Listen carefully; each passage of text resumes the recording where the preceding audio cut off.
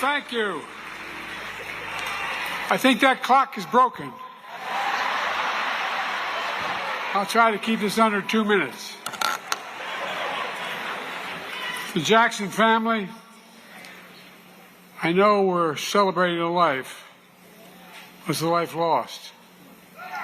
Having lost a wife and a daughter and a son, it's cold out of the blue. It's not easy. No matter how much you loved them, no matter how close you were. So I just like to express my deep sense of, how can I say it, sympathy and understanding. But the big thing is God left. He left you something that no one else could. He left you character, judgment, honesty. You can't kid yourselves about what's right and wrong.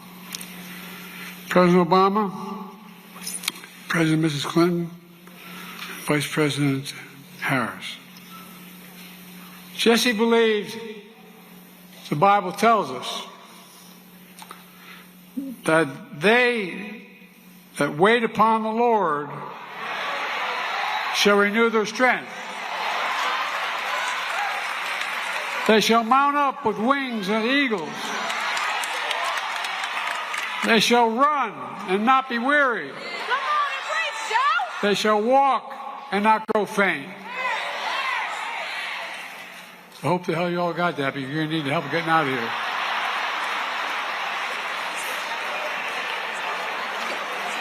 You know, I come from Scranton, Pennsylvania initially, where the fact that I was an Irish Catholic wasn't a very positive thing to be. And then moved down to Wilmington, Delaware, which was segregated by law, and remained that way for much of my life. And you know, it's interesting that Jesse Jackson, before we knew Jesse Jackson, I was raised with the notion that that hope is all you really have. You can't give up hope. My dad used to say, when you get knocked down, Joey, just get up. Just get up. Well, I was a kid. I was a relatively good athlete, a pretty good student, but I stuttered to talk like that. Now, if I told you all earlier, when I was a kid, I had a cleft palate or a club foot, none of you would have laughed. But it's okay to laugh at stuttering. I'm not being critical of you, but think about it. It's the one place where people think you're stupid. Oh, really? I'm a hell of a lot smarter than most of you. But all kidding aside, it makes you feel really small. Makes you feel really small. And you know, when I moved from Wilmington to Claymont, Delaware, a working-class town, I was surprised. I remember being dropped off at the little Catholic school I went to, 3rd grade. And I watched this bus go by every day. And it passed, I was on the call of Philadelphia Pike connecting Wilmington and Philadelphia. And it passed the turn to the big high school, Claymont High School. And the little Catholic school I went to, Holy Rosie, was right on the corner. I remember saying to my mom, "Mom, why does that happen?" She said, "Well, black kids aren't allowed to go to school with white kids in Delaware." And, you know, the more I thought about that, I thought to myself, how can that be? How can that work? How can that be right? And so, as strange as it sounds, I got involved in being concerned about it. I didn't know a damn thing about the civil rights movement. I was going in the 4th grade. But you know what's right and you know what's wrong and you feel it. You know, the fact of the matter is, the man of God and then the people throughout the decade of friendship and partnership, I knew Jesse. We were both young. I'm only 83. Here's 80. I'll tell you laughing at. That's 40 times 2 plus. But all kidding aside, we came up through the same time. I knew Jesse, and history remembers him. I knew him was determined and tenacious. I knew him was underrated, undeterred, and unafraid. Not a joke. And more than most, Jesse was dedicated with every fiber in his being to redeeming the soul of America. The soul of America. You know, Jesse and I came up together as leaders in the Democratic Party. We had very different backgrounds, and in some cases even different views, but never on race. Sometimes we went toe-to-toe. We disagreed on some issues. But that's what I actually admired most about Jesse, his passion. He was passionate. His passion, the courage of his convictions. And you know, his courage inspired a hell of a lot of us, even though we were the same age. You know, with his captivating presence, his stirring words, he would be easy for history to mistake Jesse for a firebrand. I think they'd get it wrong. Jesse certainly created his fair share of good trouble. But through decades of service, Jesse's abiding message is one of unity. That's what he talked about. Through decades of service, Jesse's abiding message of unity moved people in the right direction. Above all, he always sought common ground. I remember telling Jesse that I knew a guy in South Africa that I was going to go see. His name is Nelson Mandela. And I'm Jesse saying, how are you going to actually see him? By the way, you know, the continent of Africa is going to be the largest continent in the world in terms of population by the year 2050. The largest in the entire world. Watch, man. Watch. And the fact of the matter was that I remember there were a group of senators going down to, I got elected when I was 29. I wasn't old enough to be sworn in. No, it's for real. Some people I wasn't bred enough to be sworn in. But the point was, I had to wait 17 days before I could be eligible to be sworn in as a United States Senator. One of the benefits that had was I wasn't going to leave the Senate. I wasn't going to be sworn in because I got a phone call on December 18th before we would get sworn in January that my wife and daughter had just been killed and my 2 boys were going to die. So I decided what I was going to do. There was an accident. There was a Christmas shop, a tractor trailer hit them. So I decided I wasn't going to go to the Senate. And often pointed out to me, I said, you know, my kids can, the state of Delaware can always get another senator. We had a Democratic governor. And, but they can't, my kids can't get another father. But because of a couple of people, start with Teddy Kennedy and a guy named Fritz Hollins from South Carolina, where Jesse is from, and a few others after Hubert Humphrey and others, they put their arm around me and they said, look, just stay for 10 months and then go. But because they knew I was going to be leaving, as Hillary can tell you, and all 3 of you can tell you, is that when you're a freshman, you don't get on the good committees. Committees everybody wants to get on are Appropriations, Finance, Judiciary, and Foreign Relations. So to keep me down there, they put me on 2 really important committees. The Judiciary Committee, which allowed me to appoint the first black justice to the Supreme Court.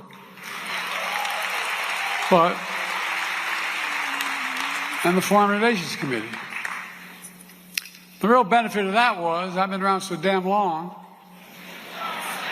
I literally, and I'm not being critical of my colleagues, I know more heads of state personally than any other president in the history of the United States of America. Which means I know a lot about other countries. I spend a lot of time. here's the point. You know, the fact is that as I learned, and by the way, I've forgotten more about what Putin does and these guys and Xi than most people know. I've met with Putin anyway. And remember, Barack was a great, great man to be vice president for. I really mean it, Barack. Thank you.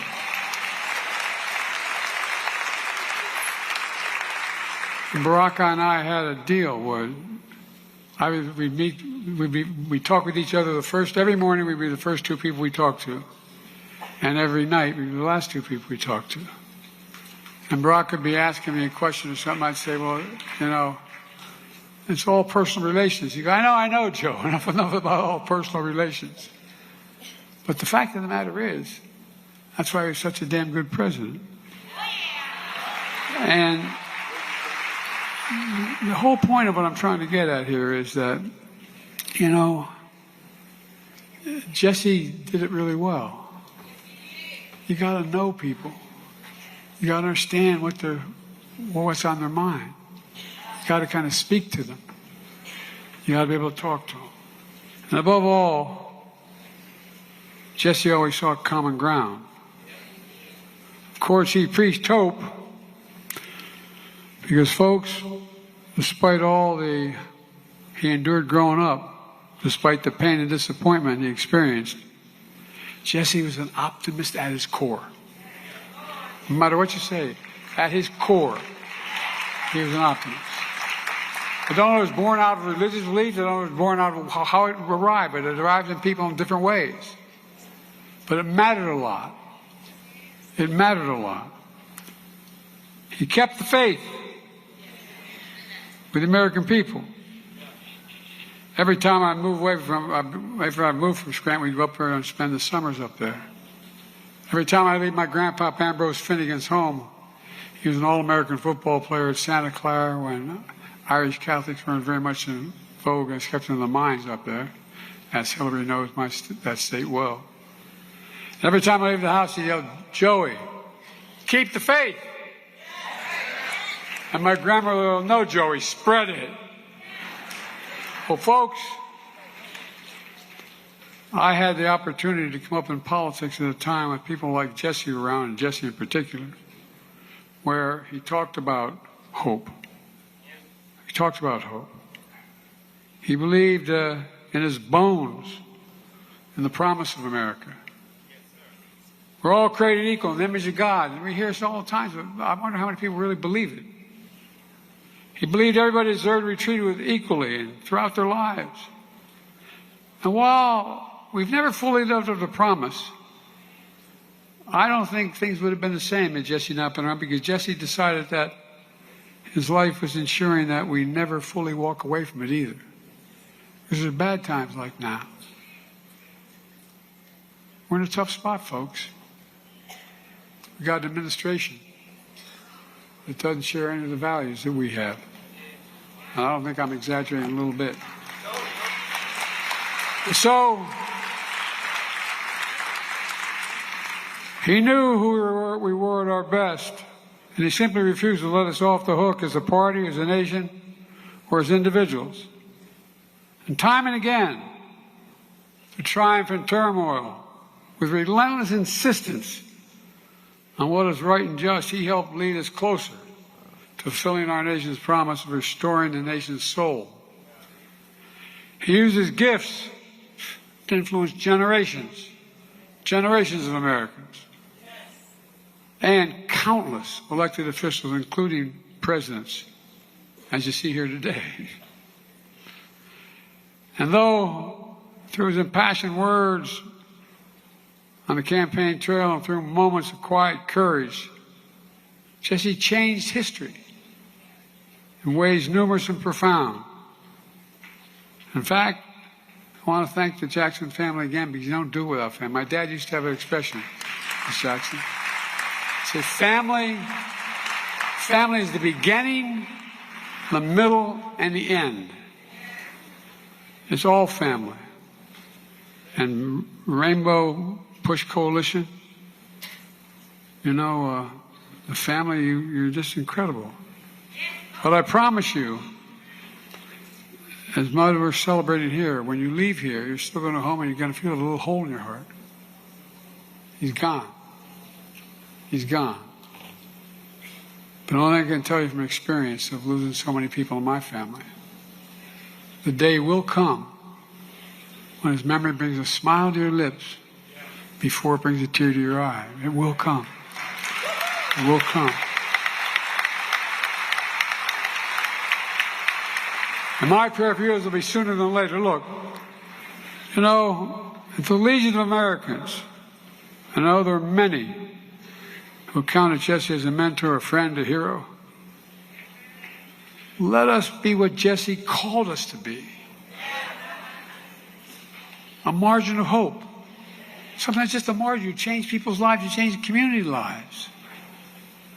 Lift up this country and light the path to be a nation Jesse always believed we could be. You know, 3 years ago this week, Jesse and I came together once again on the Edmund Pettus Bridge. Walk across that bridge. When you stand there, you come from a state like Delaware, you understand what's on the other side when they're waiting there. Thugs on horses waiting to beat the living hell out of you. Well, let me tell you something. We reenacted that a number of times. But this time, Jesse's in a wheelchair. But he's not deterred. His faith renewed his strength. And with faith, he didn't grow weary and didn't let us grow weary. No, he really didn't. I know it sounds strange, but he didn't.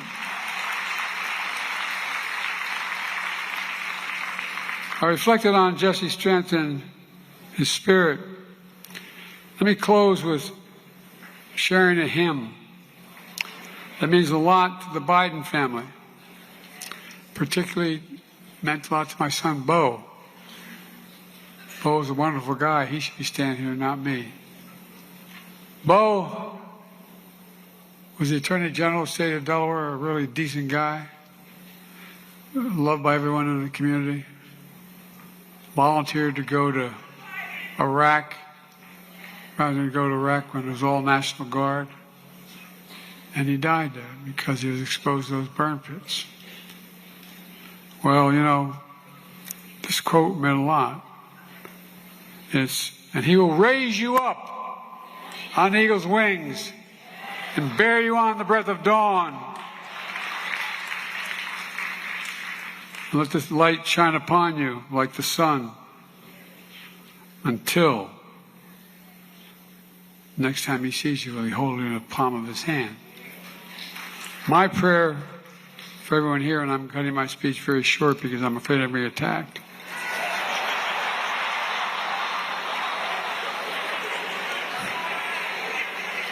So folks, I guess I could say it all in one paragraph. Don't give up. I started off every morning as a young man when I got back to Delaware. Every morning, because I got involved in my community, I quit my job with one of the biggest law firms in Delaware, became a public defender. And I spent a lot of time with the community. I was the only white guy who worked on the east side of Wilmington, Delaware. Matter of fact, they named the biggest swimming pool after me, the Biden swimming pool, man. But all kidding aside, I was one of only 13 lifeguards. I was the only white guy. Because I wanted to understand. I thought I knew the issues, but I didn't understand the individuals, persons. I remember I had a little Chevette. I remember an all-state halfback I played with. And he said, "Joe, you have a jerry can? You know, a big 5-gallon. He said, "Can I borrow your car?" I said, "You got a car? Sure, you can borrow. What do you need a jerry can for?" He said, "You dumb SOB. I'm going down to see my mother in North Carolina. I can't stop at a gas station." I can't stop at the gas station. The point I'm making is, the more we know one another, the more we understand what we're going through. There's enough decency and human nature in this country to reach out, to help. You know, Jesse kept hope alive for us in his lifetime. And we've got to continue to do it in our lifetime for our children. Because there's nothing beyond our capacity when we work together. Nothing, nothing, nothing. So stand up and finish this job.